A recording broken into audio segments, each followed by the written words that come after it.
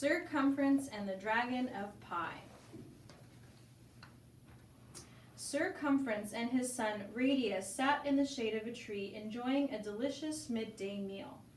Partway through the lunch, Sir Cumference grabbed his stomach and doubled over in pain. "Oh, my belly," he wailed. "It feels like fire. Radius, run to the castle and find the good doctor and get me a cure." Radius ran to the castle and up a winding staircase to the doctor's workroom. The doctor was out. Radius entered the mysterious place full of plants and potions. "What shall I do?" he wondered.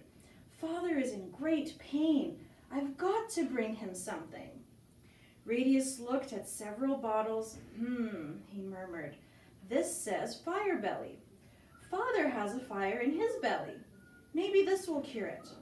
Radius picked up the bottle and hurried back to Sir Cumference.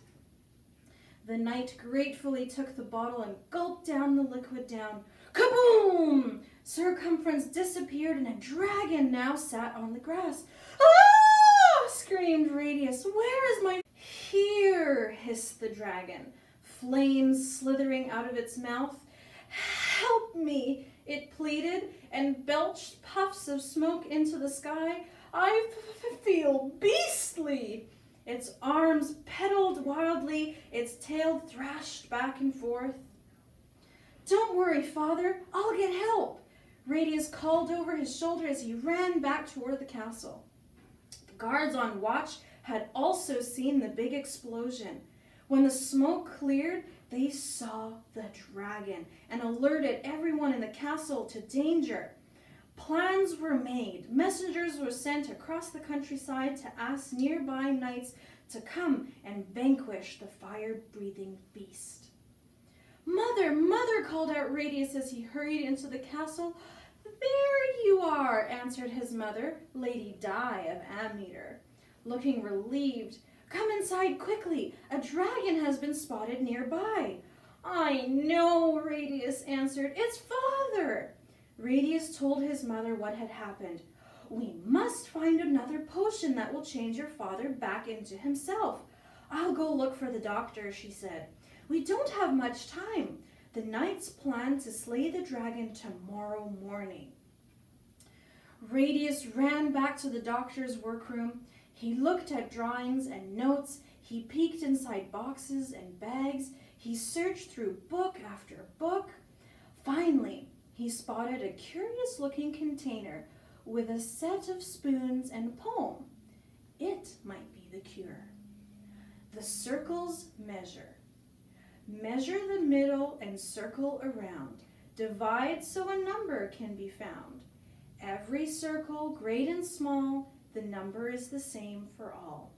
It's also the dose, so be clever, or a dragon he will stay forever. Measure the middle and circle around, thought Radius. I'll bet Geo of Mitri can help. Carpenters measure things every day. Geo was with his brother Sim when Radius arrived at their workshop. They were looking at a wheel Sim had made.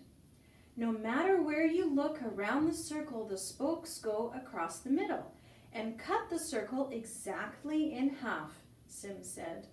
"Such a lovely design," complimented Geo. When Radius heard across the middle and around the circle, he had an idea. He needed to go back and reread the poem. "Goodbye," he called as he rushed out. As he ran through the kitchen, he saw his cousin Ladyfingers. She was baking pies. She measured strips of dough into equal lengths with a span of her fingers. "Help me finish the last pie, please," she pleaded. Radius thought about Sim's wheel. He arranged the strips on the pie like the spokes. There were 3 strips left over. He draped them around the rim of the pie pan. 1, 2, 3 strips go almost all the way around the edge. "Pinky, may I have a little more dough?" asked Radius. Pinky was Ladyfinger's nickname. Ladyfingers handed him another strip of dough. Radius folded it in half, but half was longer than he needed. He folded it in quarters, but even a quarter of the piece was too long. He folded it in eighths, and an eighth was almost right. Almost, but not exactly. "Pinky, I've got to get going," said Radius. "Farewell." Radius knew the magic number was more than 3, but exactly how much more did it take to make a whole circle? Back in the workshop, Radius found Geo's measuring tape, a long strip of cloth marked in inches. He measured 49 inches across the middle of the wheel and 154 inches around the outside edge. 154 divided by 49, that is 3 1/7, he figured out. Radius measured big wheels and small wheels, and every time the distance around was 3 1/7 time the distance across. He stuffed the measuring tape into his pocket and ran off to the doctor's room. As Radius ran around the corner, he saw his mother coming toward him. "There you are," Lady Di cried. "I cannot find the doctor anyway." As Radius ran around a corner, he saw his mother coming toward him. "There you are," Lady Di cried. "I cannot find the doctor anywhere. What are we going to do?" "It's all right, Mother. I know what to do." He showed her how he figured out the magic number. He measured an onion slice, a basket, a bowl, and a round of cheese. Lady Di drew some diagrams to show the measurements. "This makes sense," she said. "Good work. I'll go and tell your father while you get the medicine. Don't forget, we have only until morning." Radius went back to the doctor's workroom to get the medicine. "I think I understand these directions," he said out loud. "But if I measure the wrong dose, Father will remain a dragon forever." "I must be sure I am right," said Radius. He sat down and reread the poem, and as he read, his eyelids slowly closed. Soon he was fast asleep. When Radius awoke, the sun was rising. "Oh no, I must hurry," he said. He grabbed the medicine and headed toward the woods.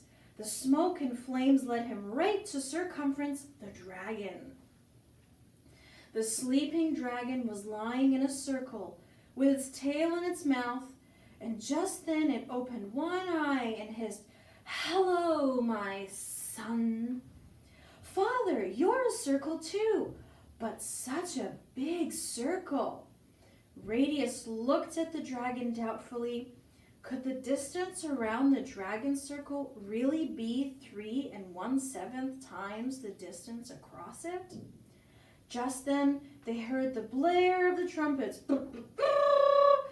"Hurry, Radius," Lady Di said. "The knights are coming." "Mother," Radius said, "hold this part of the tape while I measure across the middle of the dragon's circle." Cumference cried out, "Why are you measuring my diameter?" As he spoke, his fiery breath burned the measuring tape so that Radius could barely read the numbers. It looked like 7 feet, but was it? Together, Radius and Lady Di measured 22 feet around the outside of the dragon's circle. Cumference whimpered, "Must you measure my circumference now?" Radius quickly divided 22 by 7, and the circumference of the circle divided by the diameter was 3 1/7. Now the knights were surrounding them with swords drawn. "Radius, Lady Di, we've come to save you," they shouted. It was now or dragon forever. Radius gave the creature 3 1/7 spoonfuls. Kaboom! Faroom! A big explosion shook the forest.